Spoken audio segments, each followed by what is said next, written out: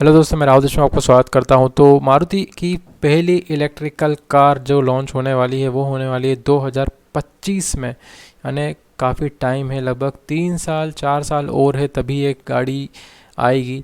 लेकिन अगर मैं आज की बात करता हूं ऑन पेपर की, तो ऑन पेपर मुझे इलेक्ट्रिक कारें इतनी ज़्यादा खास नहीं लग रही हैं, क्योंकि उनकी रेंज नहीं है और किस कंडीशन में रेंज ली गई है वो भी नहीं है। As a my opinion, as a customer, मैं ये सोचूंगा कि हाँ, मुझे एक इलेक्ट्रिक गाड़ी पे स्विच करना है, क्योंकि पेट्रोल और डीजल के दाम बढ़ रहे हैं।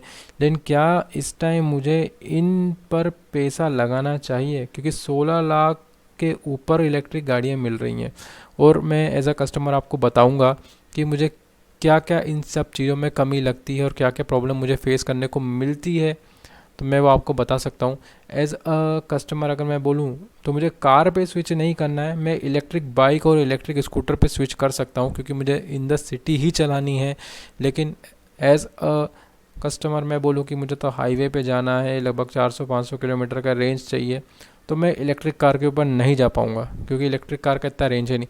तो चलिए हम इनके कमियों की बात कर लेते हैं एक बार कि इनमें कमियां क्या क्या देखने को मिलती हैं। जो पहली कमी देखने को मिलती है मुझे वो लगता है कि जो ऑन पेपर इनका जो किलोमीटर दिखा दिया गया है, जो रेंज दी गई है इन इलेक्ट्रिक गाड़ियों की, वो मुझे पर्सनली कम लगती हैं। क्योंकि इनकी किलोमीटर की रेंज दी गई है 300 किलोमीटर, लेकिन इनकी रेंज जो 300 किलोमीटर दी गई है वो किस कंडीशन में ली गई है, कंडीशन नहीं बताती है कंपनी। यानी कि उसके अंदर आपने कितना लोड रखा है, आपने उसके अंदर क्या क्या चीज़ों को चलाया था, क्योंकि पूरा ऑपरेटिंग जो इलेक्ट्रिक व्हीकल का होता है वो बैटरी से होता है।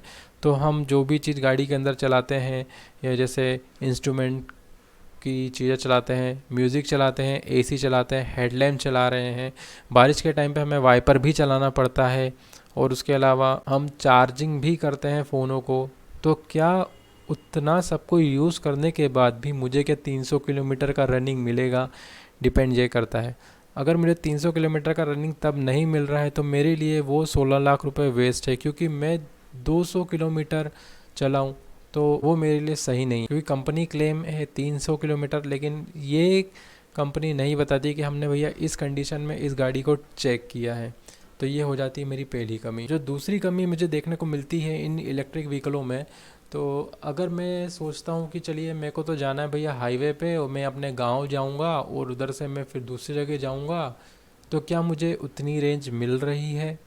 नहीं, मुझे ना ही रेंज मिल रही है, मुझे 500-600 किलोमीटर की रेंज भी नहीं मिल रही है, और साथ साथ मुझे चार्जिंग स्टेशन भी कहीं देखने को नहीं मिल रहा है, क्योंकि इस टाइम चार्जिंग स्टेशनों की भी कमी है, क्योंकि अभी इतना ज़्यादा डेवलपमेंट नहीं हुआ है इंडिया में, या इतना ज़्यादा एवोल्यूशन नहीं आया है, और मुझे उस हिसाब से रेंज भी नहीं देखने को मिल रही है। मैं सोचता हूँ कि रेंज मुझे चाहिए कम से कम 500-600 किलोमीटर गाड़ी चलती है तो बहुत अच्छी बात है, वो कंडीशन एक रहती है। लेकिन यहाँ तो 300 किलोमीटर चल रही है गाड़ी, उस 300 किलोमीटर की रेंज को मैं कैसे समझूं, किस तरीके से मैं उसे अप्लाई करूं, दिक्कत ये आती है।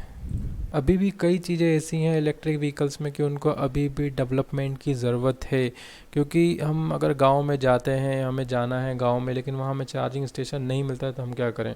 हम घर से फास्ट चार्जर को यूज़ कैसे करें? हमें 300 किलोमीटर की रेंज चाहिए, हमें 2 घंटा अपना वेस्ट करना होगा कहीं ना कहीं, तब जाके हमें फिर से दोबारा से वही 250-300 किलोमीटर की रेंज मिलेगी।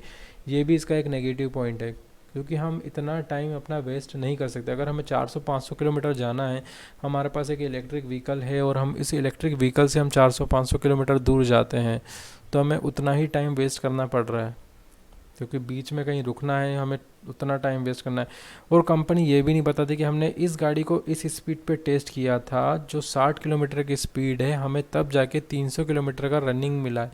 कंपनी ये भी नहीं बताती है किस कंडीशन में टेस्ट किया गया है, ये नहीं बताती है किस इन्वायरमेंट में टेस्ट किया गया है, किस तरीके से टेस्ट किया है, क्या क्या उसमें चीज़ें चलाई गई थी। रात का टाइम होगा तो हमें रात के टाइम में हेडलाइट भी चालू करना होगा, और बाई चांस रात में अगर बारिश होती है तो हमें बारिश के टाइम में वाइपर भी चालू करना पड़ रहा है, ठंडी में डिफॉगर चालू होता है, हीटर चालू होता है, कई सारी चीज़ें चालू होती हैं, और उसके कारण हमारी जो शायद किलोमीटर रेंज है वो गिर जाएगी। तो उन सब चीज़ों का ज़िम्मेदार कौन है? क्योंकि हम कैसे इन्वेस्ट करें, किस तरीके से हम उस पर पैसा खर्च करें, हमें सोचना पड़ता है कि हम 16 लाख रुपए एक इलेक्ट्रिक व्हीकल में खर्च कर रहे हैं, लेकिन हमें वो रेंज नहीं मिल रही है जो हमें रेंज चाहिए या जो कंपनी क्लेम कर रही है। तो उस कंपनी क्लेम को भी बताना होगा कि भैया हमने ये गाड़ी को इस कंडीशन में टेस्ट करा था तो उसने इतना किलोमीटर का रेंज दिया, हमने उसमें इतना भार इतना लोड डाला था तो हमने इतना किलोमीटर मिला, तभी एक प्रॉपर नॉलेज होगा। क्योंकि हमारी पेट्रोल व्हीकल है, पेट्रोल व्हीकल में हमें पेट्रोल डालना है, उतना किलोमीटर हम कर लेते हैं, क्योंकि टॉर्क और वॉर्क जो भी चीज़ उसमें मिलती है, हमें टॉर्क मिलता है, पावर मिलता है, और भी चीज़ें मिलती हैं, तो वो सीधा सीधा उसका इंजन से है, क्योंकि इंजन में जितना पेट्रोल और जाएगा उतना ही वो टॉर्क और पावर प्रोड्यूस करेगी। लेकिन यहाँ बिल्कुल रिवर्स है, क्योंकि हमें बैटरी से पावर लेनी है, हर चीज़ को बैटरी और करंट से चलना है, इलेक्ट्रिक से चलना है, तो वहाँ हमारी जो रेंज है वो गिरती जाएगी। तो मुझे अपनी रेंज नहीं गिराना है, मुझे अपना, मैं कहीं पैसा लगा रहा हूँ तो मुझे उस पैसे से मुझे उतनी ही चीज़ चाहिए जितना मैंने दिया है, या जो मैंने पैसा उसके अंदर लगाया है। 16 लाख रुपए लगाया है तो मुझे 16 लाख के हिसाब से मुझे 300 किलोमीटर चाहिए, और मैं अपनी पूरी फैमिली बिठा के जाऊंगा तो भी मुझे 300 किलोमीटर चाहिए। तो इसका प्रूफ मुझे कौन ला के देगा, मुझे नहीं मालूम। ठीक है, एक अच्छी रेंज मिल रही है, लेकिन मैं उस रेंज के साथ में अपने शहर अपने गांव में नहीं जा सकता हूँ। मुझे ये सिर्फ 16 लाख रुपए सिर्फ सिटी के अंदर गाड़ी चलाने के लिए ही देने पड़ रहा है। और इसका एक फ़ायदा ये है कि हाँ, मुझे सिटी के अंदर गाड़ी चलानी है तो एक इलेक्ट्रिक व्हीकल मेरे लिए बहुत अच्छा है।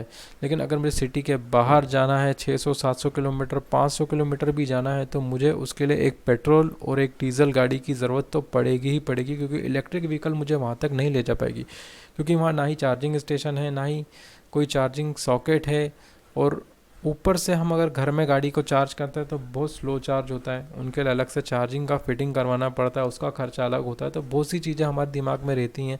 तो इसलिए मेरे लिए अभी इस टाइम मैं बोलूँगा कि भैया आप अभी इलेक्ट्रिक व्हीकल के ऊपर पैसा मत करिए खर्च, वो भी 4 व्हीलर के ऊपर। आप इलेक्ट्रिक 2 व्हीलर के ऊपर जा सकते हैं, स्कूटर बाइक के ऊपर जा सकते हैं, क्योंकि वो घर में ही करना है और हमें उसे सिटी में ही चलाना है। लेकिन हम एक 4 व्हीलर क्यों लेते हैं? हमारे 4 व्हीलर लेने का कारण वही होता है कि हम बाहर जाना चाहते हैं, सिटी से बाहर जाते हैं, हम ड्राइव करके जाते हैं, अपनी फैमिली के साथ जाते हैं, पिकनिक जाते हैं, दूर दूर के टूर करते हैं, इसलिए हम 4 व्हीलर को कंसिडर करते हैं। लेकिन अगर एक इलेक्ट्रिक व्हीकल से मुझे इतना माइलेज और इतना रेंज नहीं मिल रहा है, तो एज अ कस्टमर मेरे लिए वो एक ड्रॉबैक है, क्योंकि मुझे तो उतना रेंज चाहिए। तो कंपनी को उस बात का प्रूफ देना होगा कि भैया हम फुल लोड के साथ और full AC with full wiper music के साथ हमें 300-350 किलोमीटर का रेंज मिले, तो ही मैं बोलूँगा कि हाँ ये गाड़ी बेस्ट है। लेकिन अगर मुझे वो चीज़ नहीं मिलती है तो मैं इसे बेस्ट नहीं बोल सकता हूँ। हाँ, ये सिटी ड्राइव के लिए एक अच्छी गाड़ी है, लेकिन हाईवे ड्राइव के लिए ये गाड़ी ये मेरे लिए नहीं बनी है। तो बताइएगा आपको वीडियो कैसा लगा। मैं मिलूँगा आपको और किसी वीडियो में। अभी के लिए इतना ही। मारुति सुजुकी के साथ बाय बाय।